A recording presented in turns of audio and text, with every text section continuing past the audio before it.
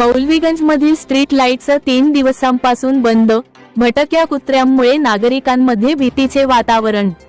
धुळे शहरातील वार्ड क्रमांक 15 मधील मौलवीगंज, माधवपुरा, चांदतारा चौक आणि शिवाजी नगर परिसरातील स्ट्रीट लाईट्स गेल्या 2 ते 3 दिवसांपासून बंद असल्याने नागरिकांना मोठ्या गैरसोयींचा सामना करावा लागत आहे। रात्रीच्या वेळी संपूर्ण परिसर अंधारात बुडाल्याने नागरिकांमध्ये भीतीचे वातावरण निर्माण झाले आहे। स्थानिक रहिवाशांच्या म्हणण्यानुसार अंधाराचा फायदा घेत भटके कुत्रे रस्त्यांवर आणि गल्लीबोळांमध्ये मोठ्या प्रमाणात फिरत आहेत। त्यामुळे महिला, ज्येष्ठ नागरिक, लहान मुले आणि विद्यार्थ्यांना रात्रीच्या वेळी ये जा करताना भीती वाटत आहे। काही ठिकाणी भटक्या कुत्र्यांचे कळप दिसून येत असून नागरिकांच्या सुरक्षिततेचा प्रश्न निर्माण झाला आहे। स्ट्रीट लाईट्स बंद असल्यामुळे अपघात, चोरी तसेच इतर अनुचित घटनांचा धोका वाढल्याची तक्रार नागरिकांनी केली आहे।